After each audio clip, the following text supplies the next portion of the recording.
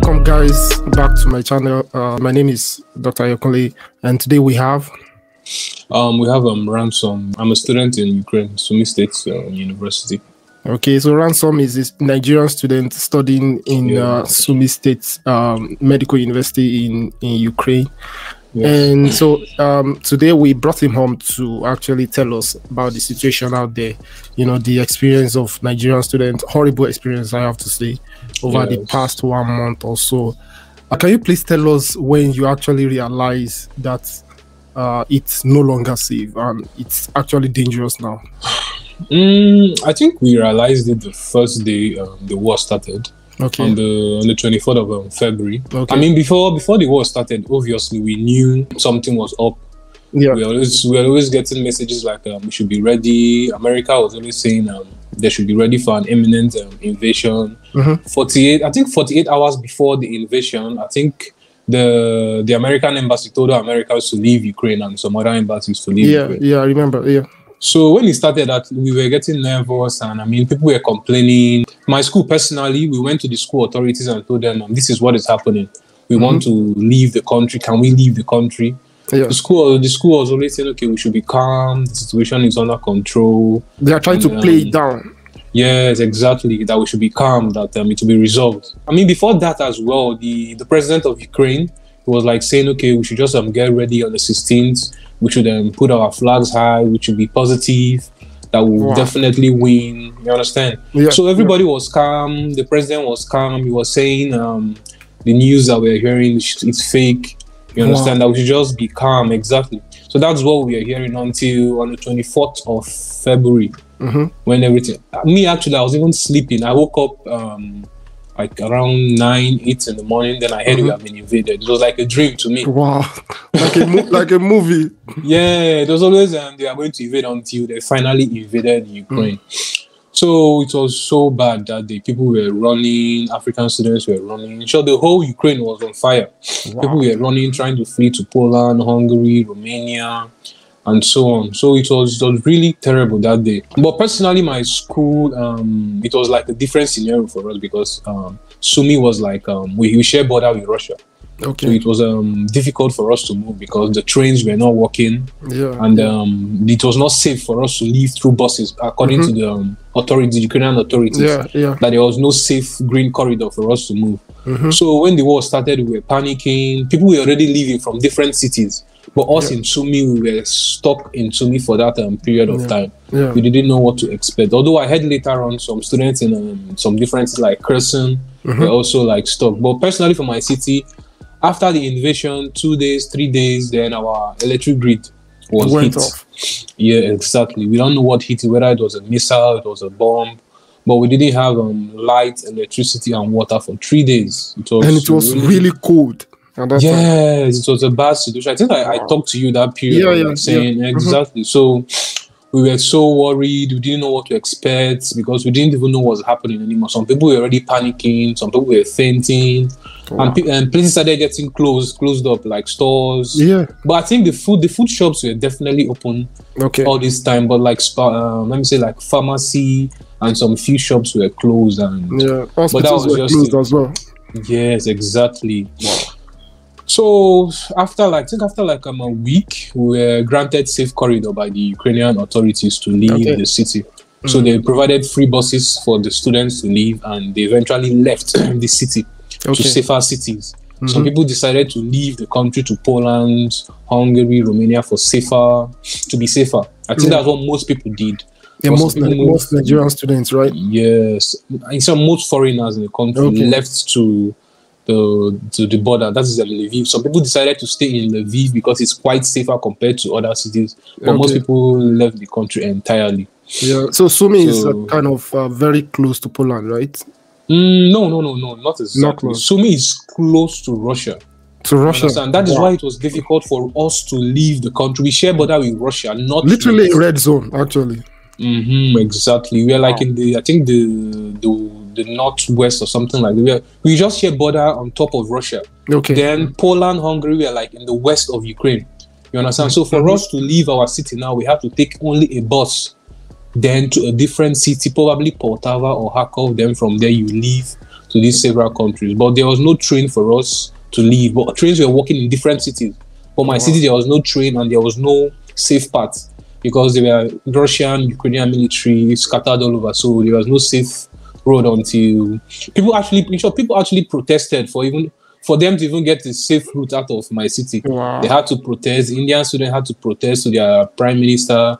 We protested to the Nigerian government, the Nigerian embassy, and it was so crazy until I think the president of Nigeria released some funds. Then after we left our city, it was actually Red Cross and the Ukrainian authority that provided buses for us to leave. So when we left, then that was how we found our way out of our city. As soon as we found our way out of our city, then it was easier now to leave. Because the problem was leaving our city, not even leaving the country. If you leave the city, then you can find an easier means, either use a train or a bus and leave the country. But also we were stuck in our city. So when we left, it was like a good thing for us, and eventually we left the city, and some people left. Most people left the country. Wow, that must have been a traumatic experience. Honestly, I can only imagine traumatic experience. So it's over a month now. It's over a month. It's over a month. We just hope it gets better.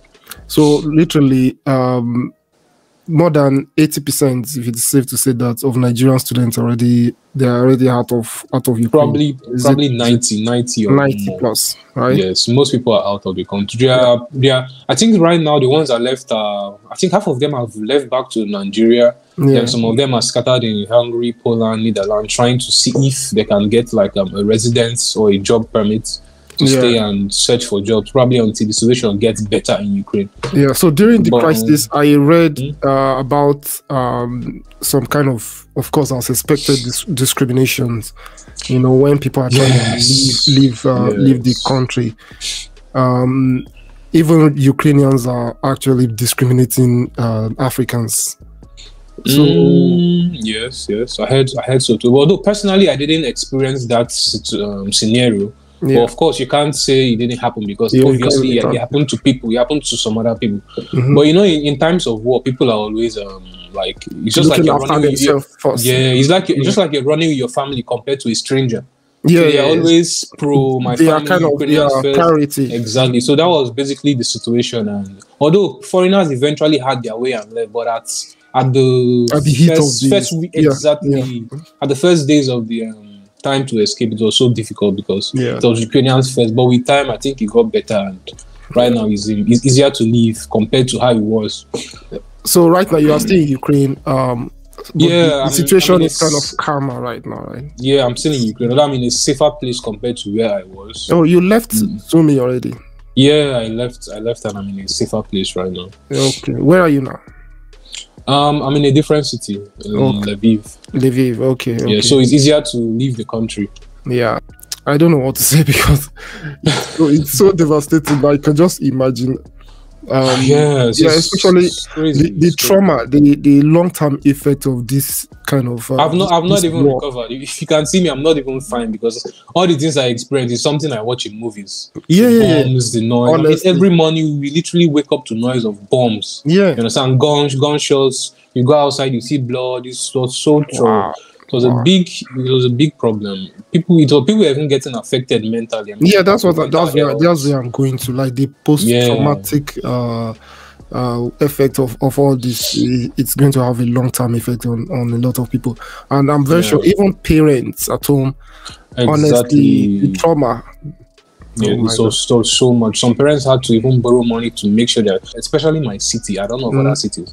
Before we had the free buses, there were private taxis that were ready to move people out of the city, but they were charging so much. Usually before the war, if you use a private taxi, is let me say in American dollars, it's probably $20-$30 to leave my city to the next city.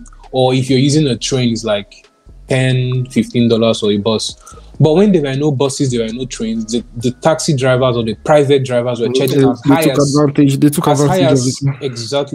$1,000 to $2,000. Wow! For just 4 people, sometimes 5 people, they paid that much to leave. So it was so bad, people couldn't even leave. So we're happy at the end of the day we got free buses because it was impossible for everybody to pay that amount of money to leave the city. So are you kind of satisfied with the response from the Nigerian government? towards evacuating Nigerians? Or it's nothing to write home about? I wouldn't say it's nothing to write home about, but I think right now they've definitely tried and helped. But we needed so much help before now. You understand? Before the countries, before the Ukrainian airports were being destroyed and shut down, we needed them to act fast. They should have actually been proactive. Yeah. Exactly. Before the war started, we needed them. But at the end of the day, they were not there. They didn't help. And when the war started, that is when they were, okay, there's a big problem. Yeah. So I won't really say that they didn't help, but at least half bread is better than none. They tried at the end of the day. Exactly. The Nigerian students in Hungary, Poland, Romania, they were evacuated by 3 flights. Yeah. And they provided us with accommodation and food when we left. So that is the people that left the country. But at the end of the day, they were helpful. I won't say they didn't help. Yeah, so actually the impact on, though I know this is not priority, but this surely will have impact on the studies of students long term. Because many students may have issues. We were talking about the impact psychologically. Many parents may not want to send their kids to not only Ukraine to even some European countries anymore. Yeah, exactly. I know. I mean, personally, I've had my friends that have left there that say they're not coming back. Yeah. Because of the trauma they face. Some people, their parents don't want them to come back because of it's too much. Because this period, a lot of people were panicking. I think from what I saw in the media, an Indian student was even shot. Wow. I don't know how it was, but I can confirm the student was killed. So it was difficult. And this period, there was like stories of how would I put this, trafficking, human trafficking. If you're not careful enough, you use a wrong private taxi, you might be kidnapped. And a lot of things were happening. So I think basically most people want to come back because I won't say they want to come back because they don't have a choice, but they want to come back because they just have to finish. Okay, if you're living here, if you're living in Ukraine, eventually Ukraine gets better or it doesn't get better, and you're a medical student, for example, how do you continue? Wow. The European countries you're fleeing to, you're not even granted, like, how would I say, you're not even going to be allowed to continue on maybe a scholarship basis. And it's more expensive than Ukraine. And it's just, how would I say, if Ukraine gets better, I feel probably 60% at least will be back. But I don't think people are coming back. But probably if there was probably maybe scholarship opportunities for people that left Ukraine, even in Nigeria or wherever, then I think would have really gone a long way for us. But right now it's 50-50. You can come back, you might not come back. Even if students want to transfer, it will be difficult because they can't even get their transcript from their university because most universities are closed right now. Exactly. That is what I think. But personally, for my school, I think they sent transcript through emails. Okay. They are ready to give out transcript, and we'll be back online on the 1st of April, according to what we heard. Yeah. So I don't know what other schools, but I think other schools already resumed online and continue study at least till the end of the semester. Let us see how the situation ends. Because the Ukrainian semester is basically February and September. Okay. So this semester probably is going to end in June. Okay. Yeah, probably by June. Then after June, hopefully the war ends by then. Then we'll know the way forward, whether to continue September or not. But as of right now, students are being offered chance to finish this semester studies online. Okay. To round up, honestly, I actually wish everybody out there like safe flight back to their home country and unplanned journey. Yeah. So heartbreaking. Yeah, exactly. Because at the turn of the year, nobody expected something like this to happen. Nobody thought about it. You imagine people that came to the country probably a month before the war happened. Just to school. Honestly, boom. After spending so much, millions of naira or thousands of dollars. Yeah, it's really crazy. So thank you very much for actually sharing your experience with us today, and I wish you safety out there, and I also wish you that you find solution to both academic issues and everything. So thank you for joining us, and guys, please like, share, and subscribe, and we'll see you again in the next one. Bye. All right, thank you.